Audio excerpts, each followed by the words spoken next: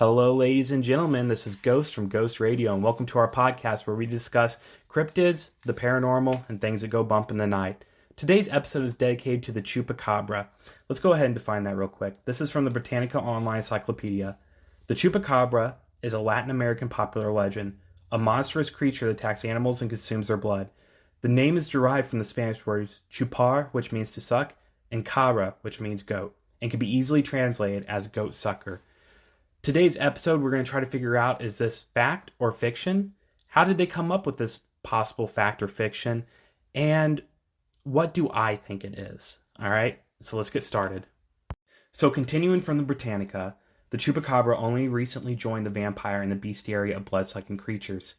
Chupacabras were first reported in 1995 in Puerto Rico, where they were blamed for attacks on goats, sheep, and other domesticated animals, supposedly leaving uneaten carcasses that were drained of blood. Early reports described a creature that stood upright and resembled a large reptilian kangaroo with huge red eyes.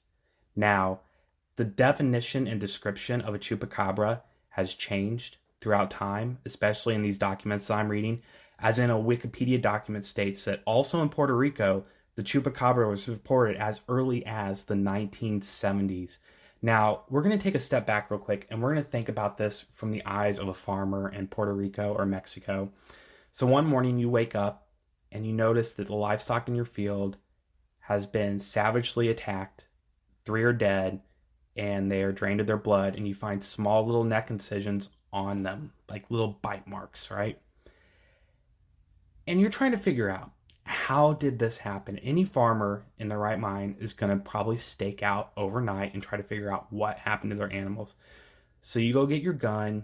You get your son or a cousin or a brother to go out with you. Y'all stake out in the trees or up on a hill. And in the middle of the night, you hear this god-awful howl. Just give it a listen real quick.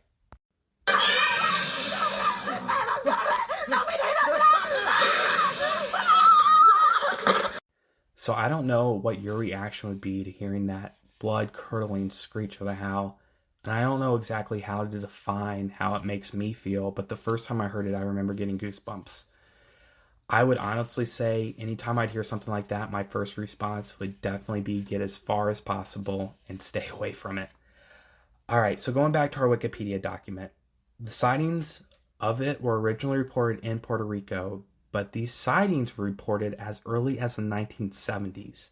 Now again, I know other documents say 1995, but we're going to discuss why the 1970s as a first sighting.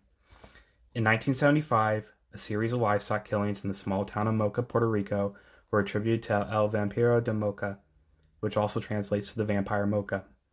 Initially, it was suspected that the killings were committed by a satanic cult, which happens a lot in cryptid cases where people assume that it's either satanic or some sort of ritualistic occult doing something.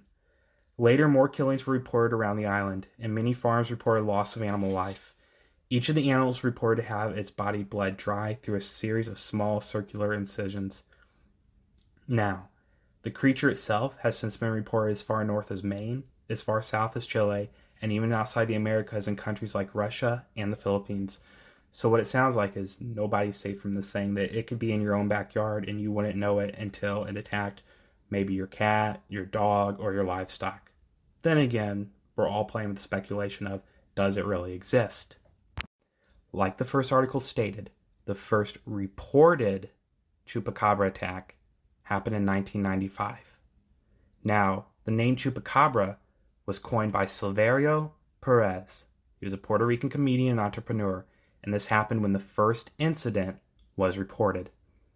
So in March 1995, 8 sheep were discovered dead in Puerto Rico, each with 3 puncture wounds in the chest area and reportedly completely drained of blood. This is a very common occurrence and a sign that these animals were attacked by a chupacabra. A few months later, in August, an eyewitness named Madeline Tolentino reported seeing the creature in a Puerto Rican town of Canovenes, sorry if I butchered that, where as many as 150 farm animals and pets were reportedly killed. My honest reaction when I heard that 150 farm animals and pets were reportedly killed was, is this thing traveling in a pack? Is this thing just going for kills? oh my God, what could cause 150 farm animals and pets to be killed? Now, the article didn't state that they were drained of blood in this occurrence, which makes me question, was this actually Chupacabra? Or again, was it something totally else? So let's go to a more recent article. In October and December of 2018, there came many reports of suspected Chupacabra in Manipur, India. Many domestic animals and poultry were killed in a suspicious manner similar to other Chupacabra attacks, and several people reported that they had seen a Chupacabra. Now, as I stated before, Russia, the Philippines, Mexico, Puerto Rico, and some of the west coast and east coast of America, including Texas, have seen Chupacabra's attacks. But this is the first one that we see coming out of India. So, what are they? What can it possibly be that it's all over the world? Is this an unidentified creature? Is it something we have no idea about? Or is it something we already know about? Well, in October 2019, a video recorded by Mundo Avni showed the results of a supposed attack on chickens in the sector of Juarez, Puerto Rico. So now we have a video showing the evidence of it, but again, we don't have a video showing an actual Chupacabra. On May 19th, 2011, CBS did an interview in Texas asking, what did they exactly see on their farmland? Here's the interview. Sharp, savage teeth, hairless, gray skin, and a human-like fist adds up to a freakish find in Helotes. Do you believe in the Chupacabra? Absolutely, I do now. In Stockdale, Drake Gafford knows animals. But this roadkill? I just throwed him in a tote sack and put him in the bed of the pickup, and he had red eyes, big old fangs hanging down there, claws coming out 3 inches long, just sharp as they could be, and an opposable thumb on its back feet. Thumb? Rewind, back to the Helotes pic. Check out the toes. Both critters begging the question, are these the vampire-like monsters with the worldwide following? Gafford is convinced. It was certified Chupacabra all the way, and that's good enough for me.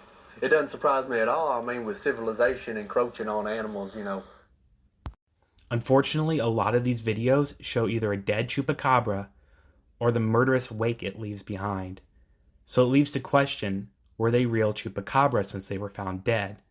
Now, animals do decay, and they start looking a little hideous when they get to a certain point in their decay. So was this an animal that this Texas man had found? Or was he stating fact that it was an actual live Chupacabra? So going on to our next article from Nat Geo, we're going to discuss from a viewpoint that's more skeptical towards the existence of a Chupacabra. The name of this article is Chupacabra Science, How Evolution Made a Mythical Monster. Parasites turn coyotes into goat suckers, scientists say. Lauren Coleman, director of the International Cryptozoology Museum in Portland, Maine, agreed that many Chupacabra sightings, especially the more recent ones, could be explained away as appearance by mangy coyotes, dogs, and coyote-dog hybrids, or coy dogs. Now, if you don't know what cryptozoology is, it's the study of cryptids, so what we are listening to, they study. To go on what Coleman said, it's certainly a good explanation, but it doesn't mean it explains the whole legend. What he's stating is there's still a possibility that the Chupacabra actually exist. So he's not denying it, he's just stating that it makes sense to say that a coyote possibly had mange or a dog were finding the dead body and we're attributing local livestock dying to this dead body that we are finding now. In almost all these cases, the monsters have turned out to be coyotes suffering from very severe cases of mange, a painful, potentially fatal skin disease that can cause the animal's hair to fall out and skin to shrivel, among other symptoms. This is related from an article called Balding Bears, Mangy Mysteries in Florida. Now, you can go to your local dog shelter and ask them how popular mange is. Mange is actually a very popular disease amongst canines. So, is it a coyote with mange? Let's continue. So Coleman also goes on about one possibility that the people imagine things after watching or hearing about an alien horror film that opened in Puerto Rico in the summer of 1995. So again, back to 1995. If you look at the date when the movie Species opened in Puerto Rico, you will see that it overlaps the first explosions of reports there, he said. Then compare the images of actor Natasha Henstridge's creature character, Syl, and you will see the unmistakable spikes out of the back and match those of the first image of the Chupacabra in 1995. Another theory surfaced that in Puerto Rico, creatures were an escaped troop of rhesus monkeys on the island, which often stand up on their hind legs. So the kangaroo theory that they said had scaly skin, that was leathery, stood up like a kangaroo, we're starting to see a similarity between these monkeys and that. So in my personal opinion, the one about the monkeys was a little outlandish. But from a psychological standpoint, with the movie Species, that they state about paranormal and all that stuff, if you go in expecting to see something and you're on edge, you're more likely going to trick yourself into seeing what you think you want to see, if that makes any sense. But we're going to go on. By 2000, the original Chupacabra had been largely replaced by the new canine one. What was seen as a bipedal creature now stalks livestock on all fours. It was actually a big mistake, Coleman said, because of the whole confusion. With most of the media reporting chupacabras now as dogs or coyotes with mange, you really don't even hear any good reports from Puerto Rico or Brazil anymore like you did in the early days. Those reports have disappeared and the reports of canids with mange have increased. Now we're going to step away from the articles and I'm going to ask you guys some serious questions. From them we saw the dead body of a chupacabra, the howl of a chupacabra, the aftermath, and then we saw reports stating that it was just a coyote with mange or some other type of canid species that had a disease. Now, it makes you think, was this an actual entity, cryptid, or are we looking at dogs? What's your opinion on this? But we're going to go to my opinion real quick, and I'm going to share a personal story. When I was about 7, I remember a Christmas party at my aunt and uncle's. Now, they live in a wooded area, and there is woods for miles around them. My uncle comes out and he states that his son found a dead animal and took a picture of it. They got the picture developed, and I remember my dad and my uncles passing this picture around. Now, my mom stated, "Don't you show him that picture. He has enough trouble falling asleep." Fair point, Mom. That was fair. I did have a lot of trouble falling asleep back then, but that was because I was reading scary stories in the dark and stuff. But I hung on to that memory. And when I got older, I asked my uncle, "Can I see that picture?" It took him a while, but a few days later he said, "Come back over," and I got the picture. So I came over the next day, and I saw the picture. Now what it looked like was, it had dog feet for the back, human-like raccoon feet for the front, and its muzzle area was completely decayed. To me, now looking at all the evidence leading towards a chupacabra, I think that might be what my cousin found. But also it leads me to think, too, with the other article from Nat Geo, was it just an animal with mange? Now, the issue that I have with that theory is there's more to the story my uncle told me. He told me that the neighbors reported that their dog and cats were all killed. He had 2 cats, 1 dog. And there was other reports of dead deer in the woods that hunters were finding during that time. And my uncle thinks personally this creature was responsible. Now, unfortunately, his son disposed of the body in a nearby creek bed, and probably some other animals got to it and ate it, but they still had that photo. Now, I don't have the photo now. Maybe eventually I'll ask my uncle for it, and I'll make an Instagram for us, and we can see that photo. But for now, that's just the story, and that's the picture that he showed me. To talk about some other evidence that I've seen, there's some YouTube videos out there where they have strange-like creatures trapped in cages, which leads me to believe that Chupacabra is not a invincible cryptid, or even a cryptid. I think it could be possibly a species of animal that we have yet to discover. I wouldn't exactly, now looking at these videos and some of the evidence that I see, call it a cryptid again, but it's definitely a disturbing little creature. And again, I don't find it invincible. So a defense against a chupacabra would definitely be set some traps with meat in it or blood. Also, I think that if you were armed well with a pest control type shot or a buckshot or a full metal jacket, a chupacabra would be taken down fairly easy. I'm not saying go out and hunt these creatures because they're more than likely close to extinction, but I'm saying for defense, they seem like you can defend yourself against.